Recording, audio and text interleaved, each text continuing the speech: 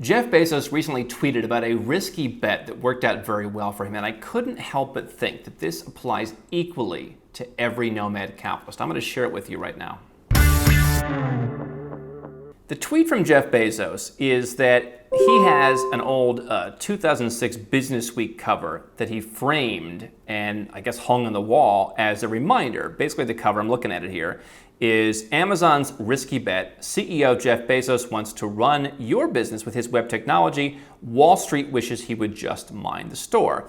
The risky bet that he talks about that Wall Street disliked was AWS, Amazon Web Services, and he says it generated revenue of more than $62 billion last year. For at least for a long time, it was basically the thing that was propping up the companies. They kept reinvesting, right? I mean, everyone complained that Amazon doesn't pay enough taxes. They kept reinvesting back into the business. It was Amazon Web Services, as I know, that really helped them. And so he shared this and said, hey, I hang it up as a reminder that risky bets often pay off more or less. And so that was 16 years ago. And if it's your first time here, my name's Andrew Henderson. I'm the founder of Nomad Capitalist. We are a boutique consultancy that helps 7- and 8-figure entrepreneurs and investors legally go where you're treated best, from lower taxes, the strategies that Amazon just might use, to second passports, to asset protection. We also host the biggest and best offshore conference called Nomad Capitalist Live. And 16 years later, he's still looking at that. I can tell you, after almost as many years traveling and living overseas, living the nomad capitalist lifestyle, as we call it, people told me it was a risky bet. When I spent a full year outside of the United States traveling between numerous countries, I would try and spend about a month in each country. But there were some I spent more, some I spent less.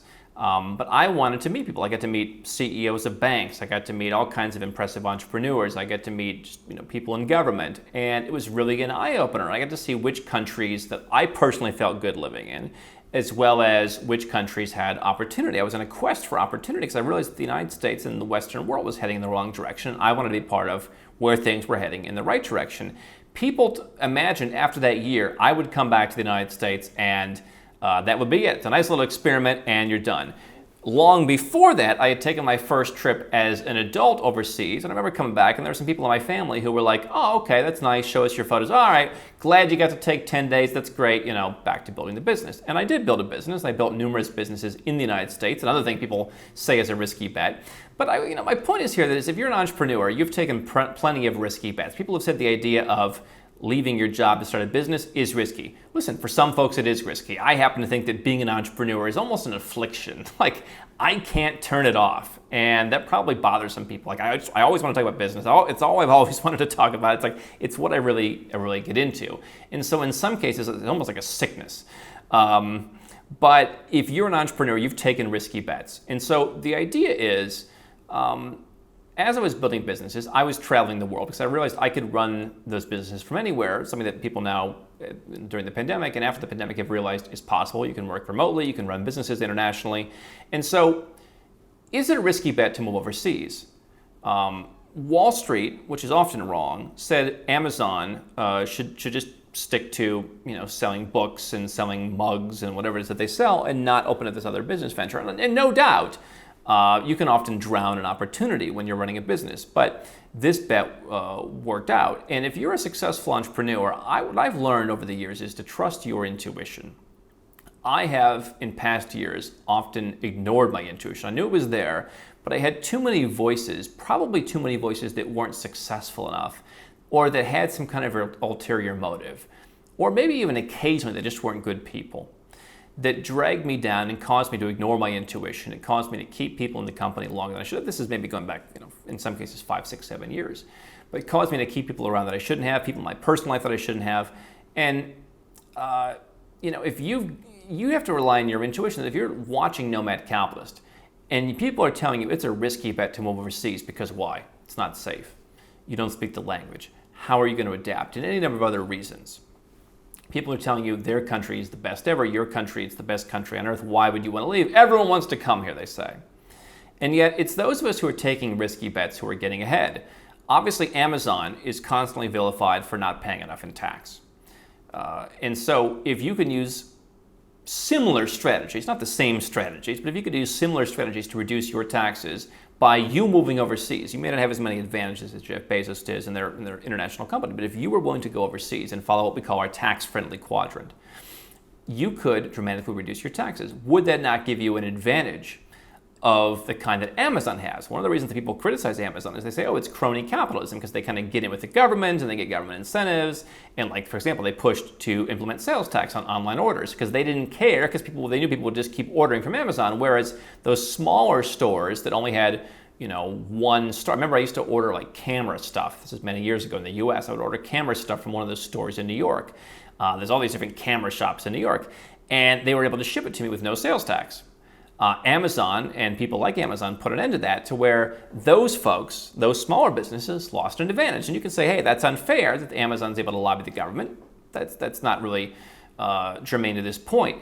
But they had this size where they were able to have competition over other companies. You can do that in, you might say, a more ethical way by simply moving overseas and taking the risky bet of going somewhere where you can dramatically lower your taxes, lower your cost of operation. One of the countries that I went in that year abroad many years ago was Vietnam. And I met a number of entrepreneurs who at the time were hiring people for like $300 and $400 a month. And I remember, I think our very first full-time employee at Nomad Capitalist, it's embarrassing to look back at perhaps, but was someone in Vietnam, and she just did some kind of personal assistant stuff and arranged things for us, and it ultimately didn't work out.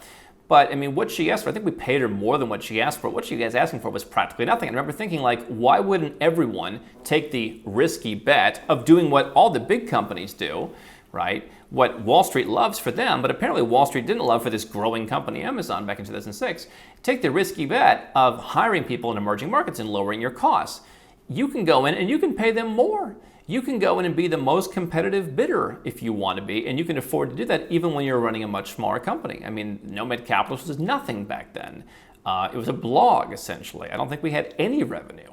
And so the idea of hiring someone in the United States, I wanted to be able to, at least for that period of time, focus more on what I was doing to grow the content, which eventually became the business. And so my point is, there are probably a lot of things out there that people are calling a risky bet. And a lot of them are the stuff that we talk about.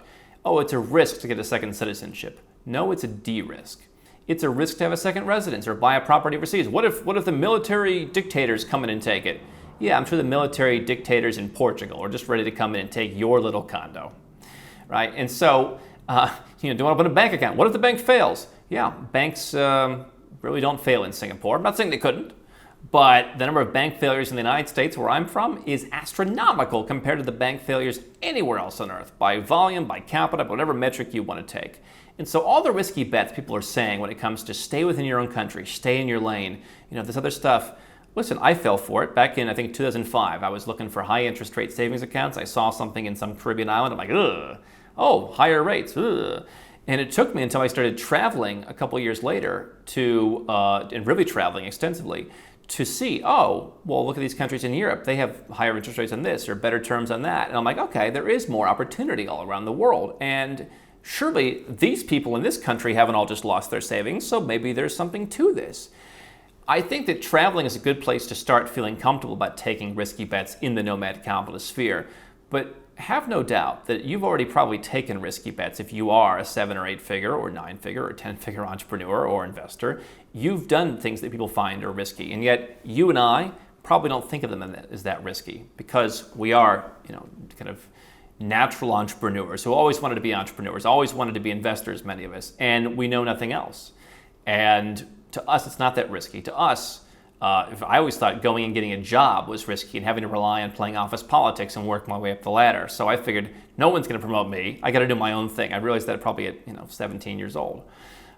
So all the things that we think are risky, or that other people think are risky, we didn't. And we survived throughout all of that. Think of how many more risky bets you could take. And I think some of them could be the kind of stuff we talk about here at Nomad Capitalist. It worked for Jeff Bezos, and I think if you applied some of those same strategies, it could work for you.